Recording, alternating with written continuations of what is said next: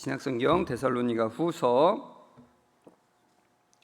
2장 13에서 15절까지 말씀을 제가 봉독해 드리겠습니다.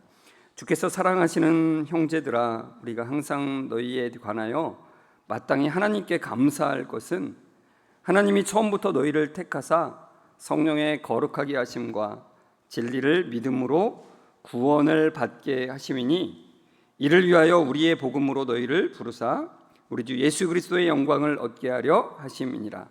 그러므로 형제들아, 굳건하게 서서 말로나 우리의 편지로 가르침을 받은 전통을 지키라. 아멘. 우리 옆 사람과 인사하겠습니다. 성도님, 말씀에 은혜 되세요. 이렇게 인사하겠습니다.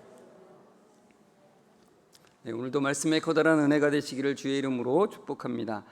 오늘 말씀의 14절을 보시면은 이렇게 되어 있습니다. 이를 위하여 우리의 복음으로 너희를 부르사. 그래요.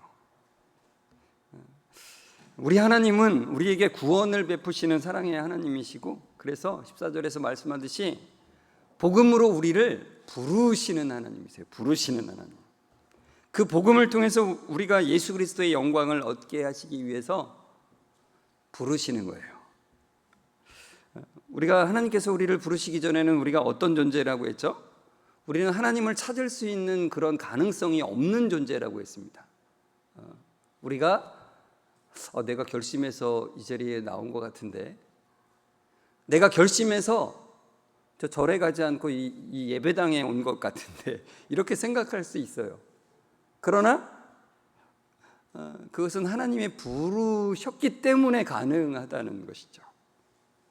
우리의 이전 상태를 잘 보여주는 말씀을 지난번에 한번 살펴본 말씀인데요, 로마서 3장 10절에서 12절을 같이 읽어볼까요? 기록된 바 의인은 없나니 하나도 없으며 깨닫는 자도 없고 하나님을 찾는 자도 없고 다 치우쳐 함께 무익하게 되고 선을 행하는 자는 없나니 하나도 없도다. 그래요.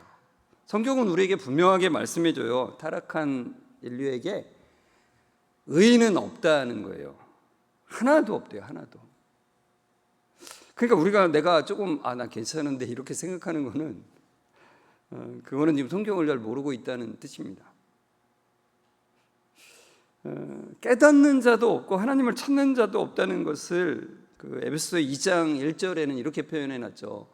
불순종과 죄로 인하여 여러분은 영적으로 죽은 사람들이었다는 겁니다. 우리는 영적으로 죽어 있었기 때문에 하나님을 알아보거나 찾을 수 있는 모든 것이 죽었다는 거예요. 그냥 전적으로 타락했다는 것이 이 말이라고 했죠.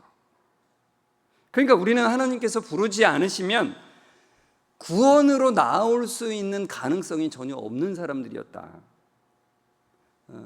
그러니까 하나님께서 우리를 부르시는 차례가 있는데요, 그거를 구원의 서정이라고 그래요. 서정이란 말이 좀 어색하죠. 구원의 차례라고 하는 말인데 9가지입니다. 제가 하나씩 말씀드립니다. 소명 부르심이 첫 번째고요. 그 다음에 중생, 그리고 믿음, 회심, 칭의, 양자, 성화, 견인, 영화.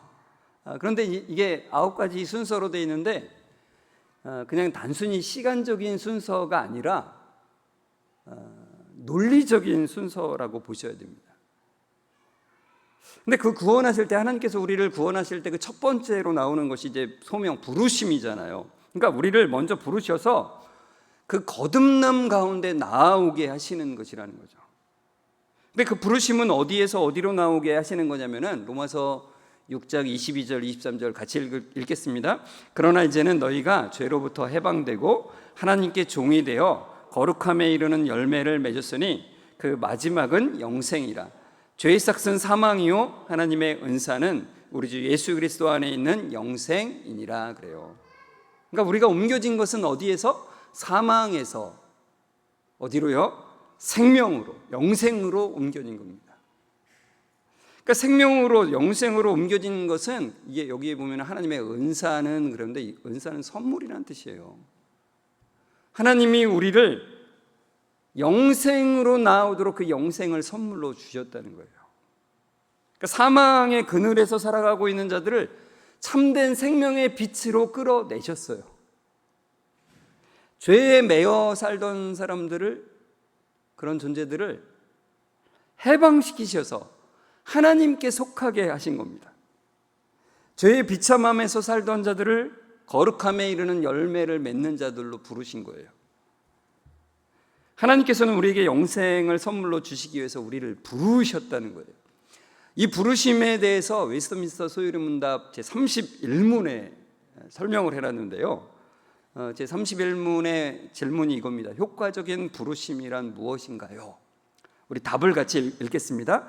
하나님의 영이 하시는 일인데 우리의 죄와 비참함을 깨닫게 하시고 우리의 마음을 밝혀 그리스도를 알게 하시며 우리의 의지를 새롭게 하셔서 복음 가운데 값없이 주시는 예수 그리스도를 영접하도록 설득하시고 가능케 하시는 것입니다. 그래요. 부르시는 분은 누구시라고요? 하나님의 영이 하신다 그랬잖아요. 하나님의 영은 바로 성령님을 말씀하죠. 성령님이 우리를 부르시는 일을 하세요. 그래서 우리가 기도했으면 좋겠어요. 아직 부르심을 받지 못한 분이라면 성령 하나님 저를 불러주십시오. 저를 불러주십시오. 이렇게 기도했으면 좋겠어요. 성령님께서 우리를 부르실 때 어떤 일을 하시냐면은 먼저 죄와 비참함을 깨닫게 하신다는 거예요. 우리는 본성상 이거를 깨달을 수가 없어요. 내가 이제까지 살아오면서 나 큰 죄를 지은 적이 없는데 뭔 자꾸 죄인이라고 그러냐 이렇게 생각하는 게 아주 지당해요. 당연해요. 근데 성령님이 이것을 깨닫게 하신다는 거죠. 마음을 깨워서 무엇을 깨닫게 하시냐면 내가 하나님을 밀어내고 내가 그 주인의 자리에 있게 있는 것이 얼마나 심각한 것인지를 깨닫게 하신다는 거예요. 이게 부르심이에요. 그래서 그것을 깨닫는 자는 그 죄의 비참함을 알고 그 비참함을 해결해 줄 분을 향해서 마음을 열게 된다는 거죠. 여러분, 자기가 비참한지를 모르면은 그 비참한 것을 해결하러 오신 분을 간절하게 찾을 이유가 전혀 없는 거죠. 아무리 예배당에 나와서 오랫동안 신앙생활을 한다고 해서 그것이 되는 게 결코 아니라는 것입니다. 그래서 성령님은 우리의 의지를 새롭게 하셔서 예수 그리스도를 받아들이게 하시는 거예요. 그래서 복음 가운데 값없이 주어진 그 예수 그리스도의 대속의 은혜를 의지하게 하신다는 거예요. 성령님이 그것을 하세요. 그러니까 성령님께서 우리의 마음을 인격적으로 설득하세요. 그냥 갑자기 막 목 잡고서는 너 안 믿으면 죽어 이렇게 하지 않으시고 인격적으로 설득하심으로 우리의 마음을 움직이셔서 예수 그리스도를 받아들이게 하신다는 거죠. 이게 부르심이라는 겁니다. 이게 부르심이에요. 여러분, 성경에는 수많은 부르심의 이야기들이 나와요. 사실 성경 전체가 사실은 그 부르심의 이야기들이죠. 수많은 사람들이 하나님의 부르심을 받았습니다. 그래서 제가 이 시간에 다 얘기할 수는 없고 제가 예수님이 부르신 그 몇 가지 얘기, 4가지 얘기를 좀 같이 살펴보려고 그래요. 첫 번째는 예수님이 중풍병자를 부르시는 그 내용입니다. 마가복음 2장에 나오는 건데요. 우리 마가복음 2장 3절에서 5절 같이 읽어볼까요? 사람들이 한 중풍병자를 4사람에게 메워가지고 예수께로 올세 무리들 때문에 예수께 데려갈 수 없으므로 그 계신 곳에 지붕을 뜯어 구멍을 내고 중풍병자가 누운 상을 달아내리니 예수께서 그들의 믿음을 보시고 중풍병자에게 이르시되 작은 자야 내 죄사함을 받았느니라 하시니 그래요. 여러분, 중풍병자는 얼마나 고침받기를 원했을까요? 이 중풍병은 몸에 마비가 오는 병이죠. 여러분, 몸에 마비가 온다는 것이 얼마나 커다란 충격인지 좀 경험하지 않으면 참 이거는 알기 어려운 거죠. 이 중풍병자가 자기 몸도 제대로 가눌 수 없는 이 중풍병자가 얼마나 고침받기를 원했을까요? 너무나 간절했죠. 근데 그 사람만 간절한 게 아니라 주변에 있는 사람들도 간절했던 거예요. 그 친구들이. 이웃인지 친구인지 정확히는 알 수 없지만 그 4사람이 이 중풍병자를 예수님께 데리고 가고자 침상에 이렇게 메어서 예수님이 오셨다는 그곳으로 갔는데 사람들이 너무 많아요. 도저히 들어갈 수가 없는 상황인 거예요. 그러니까 이거 얼마나 사람들이 예수님 가까이 가려고 애썼는지를 알 수 있죠. 그래서 이 도저히 이거 앞으로 갈 수가 없구나. 예수님께로 나아갈 수가 없고 예수님이 지금 집 안에 계신데 어떻게 할 수가 없구나. 그래서 이들이 어떻게 했냐면은 이 지붕으로 올라간 거예요. 이 유대인들의 그 집은 우리와 조금은 달라요. 지붕에 올라갈 수 있는 구조예요. 우리도 이제 어떤 지붕에는 올라갈 수 있는 그런 집들이 있잖아요. 그 지붕에 이제 올라가서는 그 지붕을 뜯고 구멍을 낸 거예요. 그러니 이 중풍병자만이 아니라 이 옆에 있었던 사람들도 얼마나 간절했는지를 우리가 알 수 있어요. 밑에 사람이 있는데, 방에 사람이 있는데 그 지붕을 뜯는다는 게 어떤 건지 저는 이걸 생각하면서 그 집주인의 마음은 어땠을까 이런 생각도 해봤고, 그 밑에 있었던 사람들은 지붕이 뜯어지는 거를 보면은 그 밑에 있는 사람들은 어떻겠어요, 마음이. 저것들이 진짜 지금 저 뭐 하는 거야 진짜, 막 이런 마음이 참 들지 않겠습니까? 근데도 불구하고 집주인이 그거 변상해 놓으라고 하는 그것을 각오하고 그 밑에 있는 사람들이 저것들 뭐 하는 거야, 그럼 비아냥과 비난을 감수하면서 또는 예수님에게 꾸중 들을지도 몰라요. 너네 차례 좀 지켜, 이렇게 그렇게 예수님께 꾸중 들을 것을 각오하면서 간절하게 나아가는 거죠. 그들이 얼마나 병낫기를 간절히 바라는지를 우리가 인정할 수 있게 되죠. 이것만 봐도.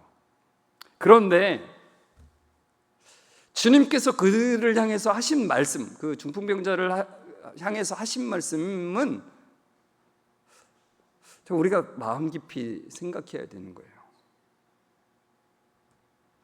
주님께서 그들의 믿음을 보신다는 건 사실은 여기서는 이 믿음은 기대라고 번역하는 것이 조금 더 적당합니다. 그들의 기대를 보세요. 그들이 병낫기를 바란다는 그 간절함을 보세요. 그렇다면 예수님이 병 고칠 능력이 있으시다면 그들에게 뭐라고 말씀하셔야 돼요? 내 병이 나았느니라, 이렇게 말씀하시는 게 먼저 와야 되는데, 근데 예수님께서 뭐라고 말씀하시냐면은 뭐라고요? 내 죄사함을 받았느니라, 이거죠. 네 병이 나았느니라가 아니라, 그게 먼저가 아니라 네 죄사함을 받았느니라, 이렇게 말씀하신다는 거예요. 그러니까 예수님이 오신 것은 물론 병을 고치는 도 있겠지만 그 모든 것은 죄사함이 근거가 되는 것이라는 것을 말씀하신다는 거죠. 그러니까 죄사함이 없이는 그 어떤 병고침도 의미가 없다는 것을 말씀하고 계시다는 거예요. 그러니까 예수님은 지금 이 중풍병자에게, 그리고 그와 함께 있는 사람, 그 4명의 사람뿐만 아니라 여기에 모여있는 모든 사람들에게 너희가 죄 가운데서 나오라고, 너희가 죄에서 생명으로 나오라고 지금 부르시고 계시다는 것입니다. 여러분, 그 부르심은 이 자리에 중풍병자를 고치시는 이 자리에만 있는 게 아니라 지금 우리가 이것을 보는 우리 모두에게 성령 하나님께서는 지금 부르시고 계시다는 것입니다. 여러분, 두 번째는 삭개오 이야기입니다. 누가복음 19장 5절 같이 읽어볼까요? 예수께서 그곳에 이르사 쳐다보시고 이르시되 삭개오야 속히 내려오라, 내가 오늘 내 집에 유하여야 하겠다 하시니. 여러분, 삭개오는 돈이 많은 사람입니다. 부자예요. 그 당시에 세관 업무를 하는 사람들은 로마에서 정해준 것만 딱 로마에 상납을 하고 나머지는 자기가 세금을 다 정할 수 있었어요. 그러니 얼마나 이게 좋은 직업입니까? 돈 벌기예요. 그러니까 정해놓고 그냥 걷기만 하면 되는 거예요. 그러니까 돈이 굉장히 많죠. 사람들에게 욕은 먹을지 모르지만 돈이 많아서 부족함이 없이 살았습니다. 그런데 그 마음속에 공허함이 있는 거죠. 그래서 그가 살던 여리고에 예수님이 오신다는 그 소식을 듣고서는 예수님을 보러 나가요. 그런데 키가 작은 삭개오는 앞에 보이지가 않으니까 사람들을 뚫고 지나가기도 부끄럽고 어떻게 할 수도 없어요. 그래서 돌감람나무 위에 올라가서 몰래 보려고 합니다. 그런데 그때 놀라운 일이 벌어집니다.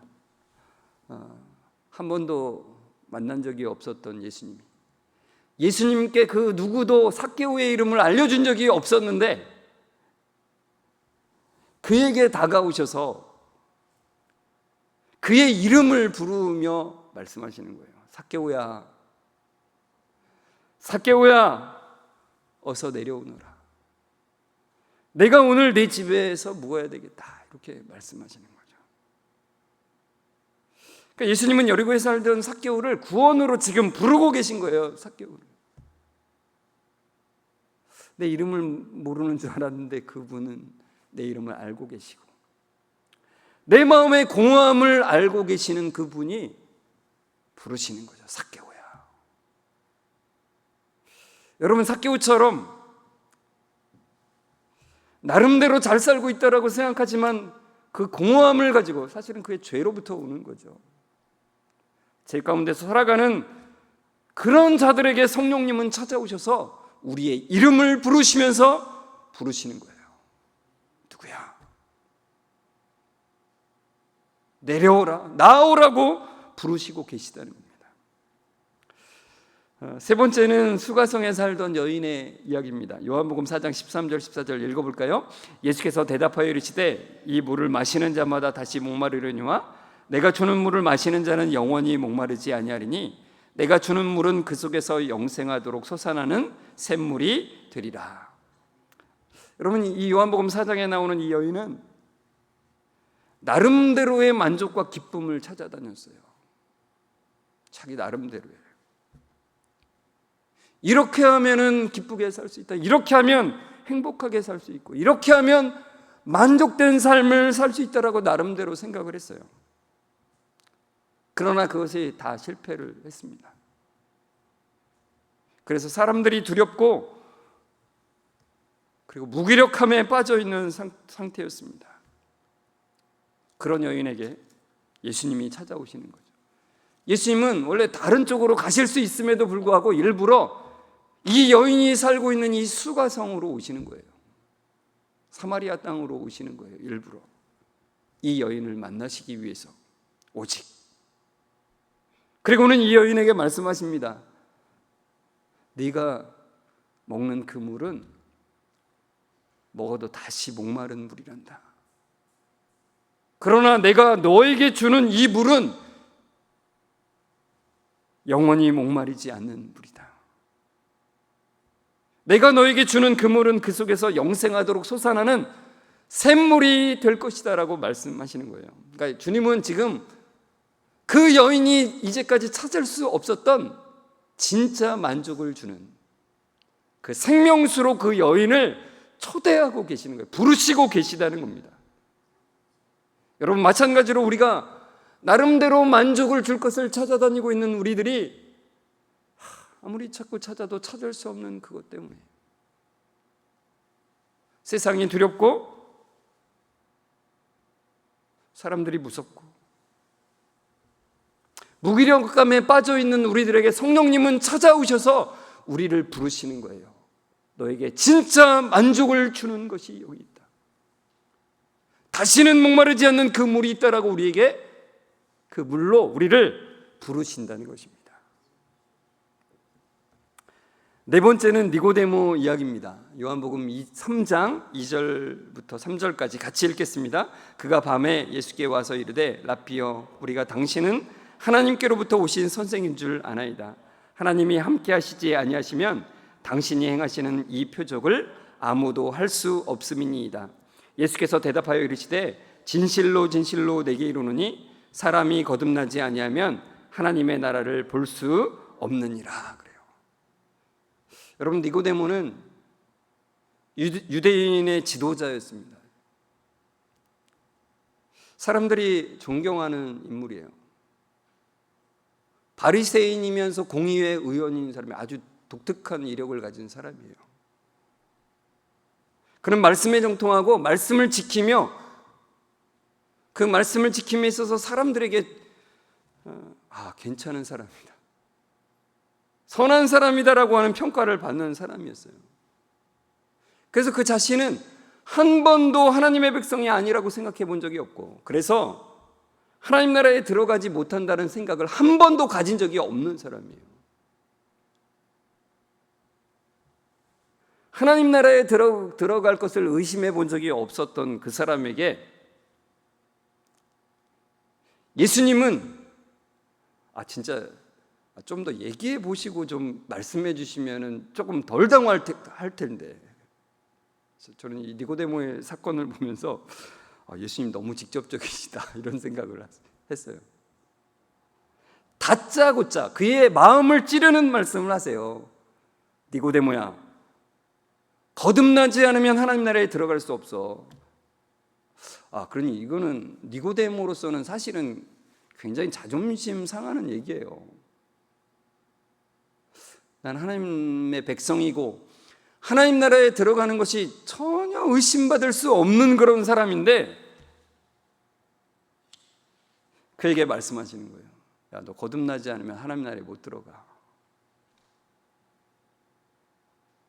근데 이것이 예수님의 부르심이라는 거예요. 니고데모야, 내가 너를 하나님 나라로 부른다, 너를 하나님 나라로 초대한다라고 말씀하신다는 거예요.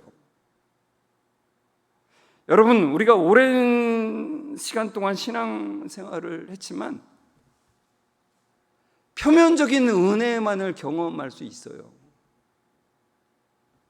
같이 예배드리고 같이 찬송하고 같이 교제하면 그 기쁨으로 나는 그냥 하나님 나라의 백성이야 라고 생각하며 살 수 있어요.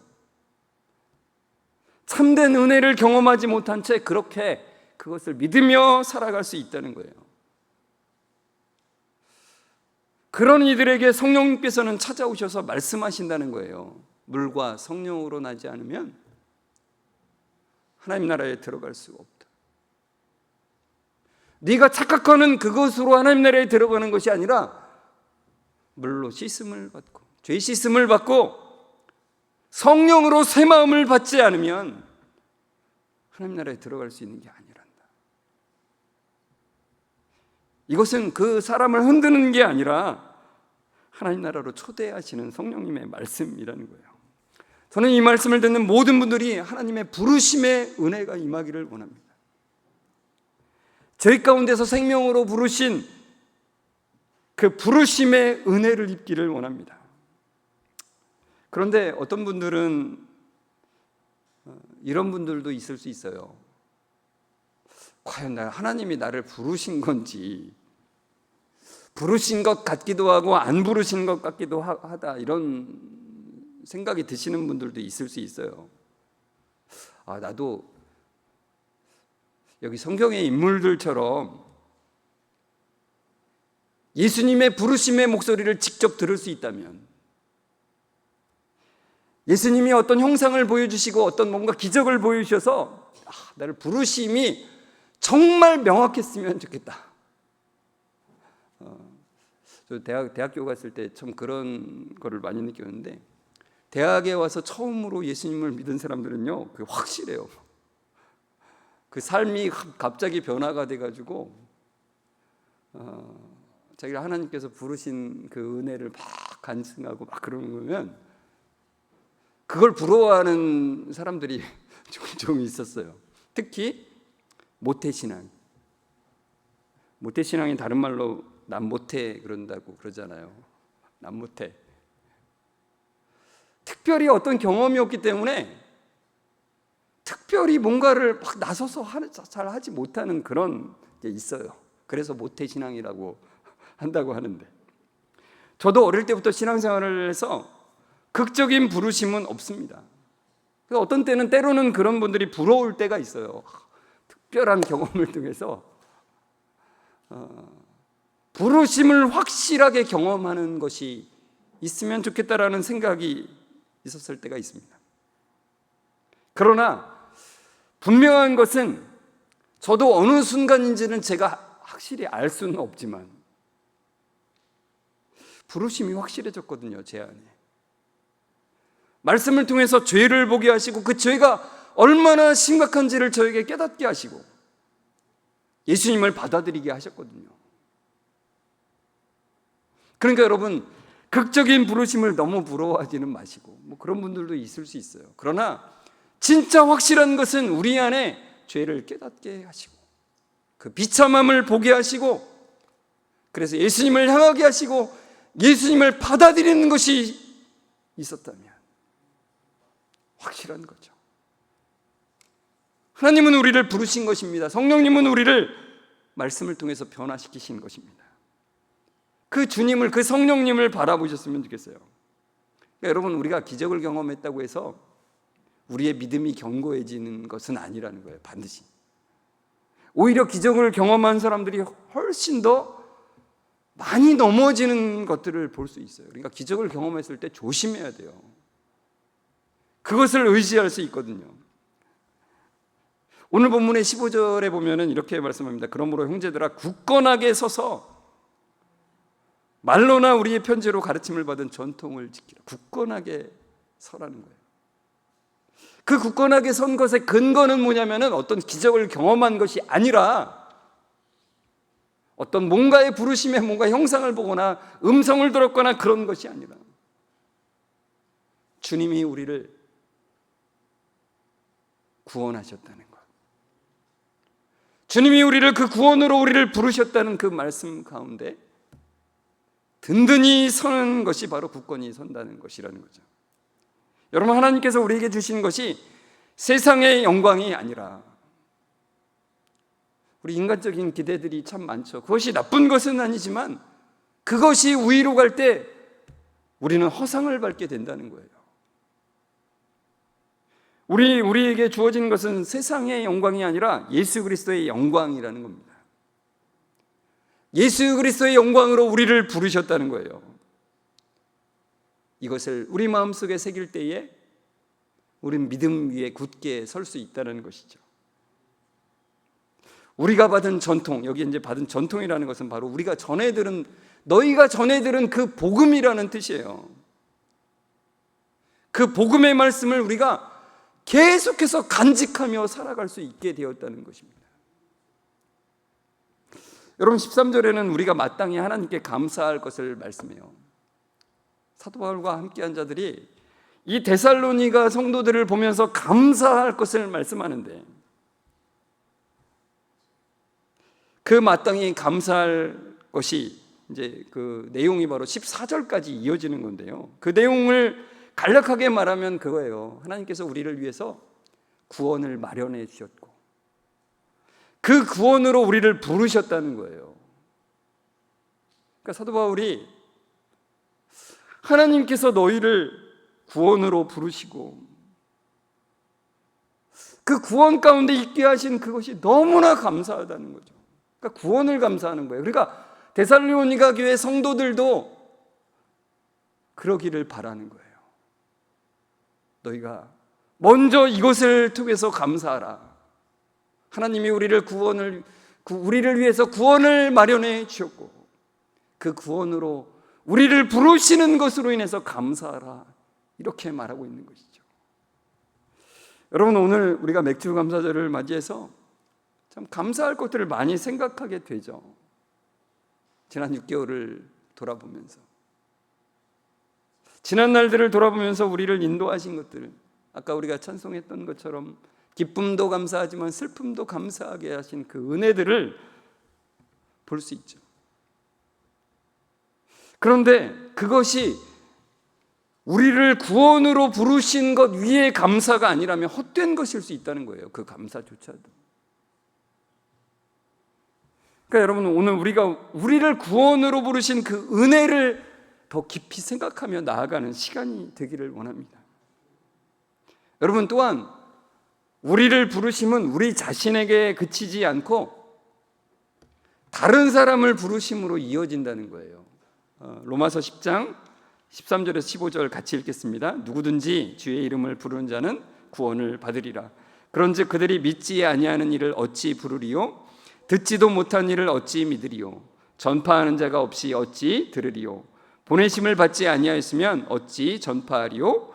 기록된 바 아름답도다. 좋은 소식을 전하는 자들의 발이요함과 같으니라. 그래요. 하나님께서는 먼저 부름받은 우리를 보내신다는 거예요.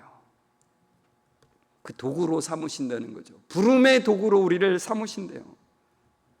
부름을 듣지 못한 이들에게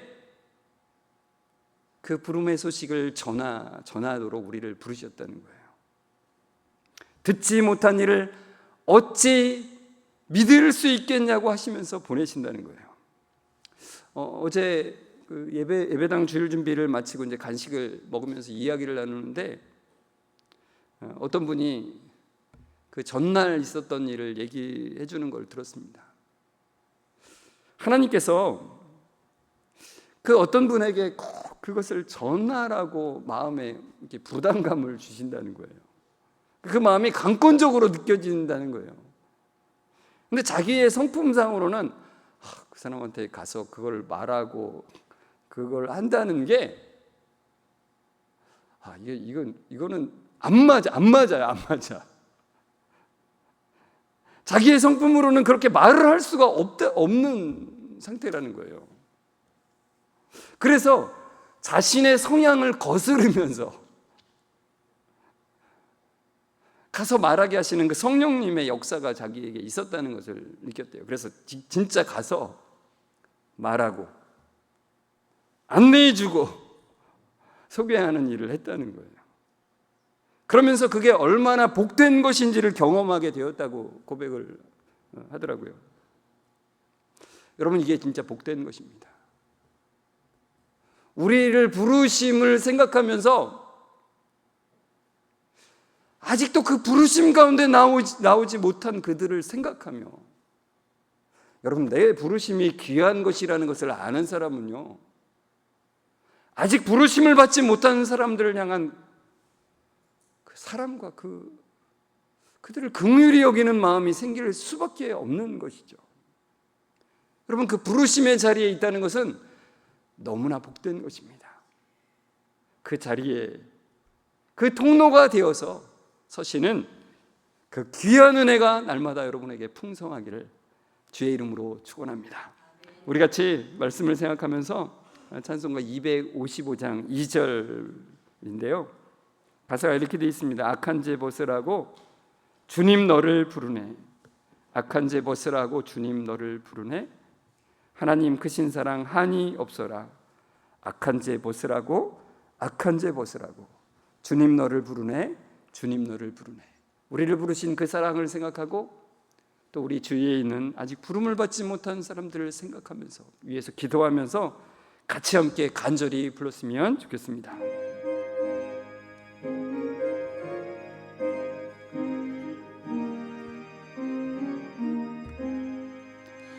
악한 죄 벗으라고 주님 너를 부르네. 악한 죄 벗으라고 주님 너를 부르네.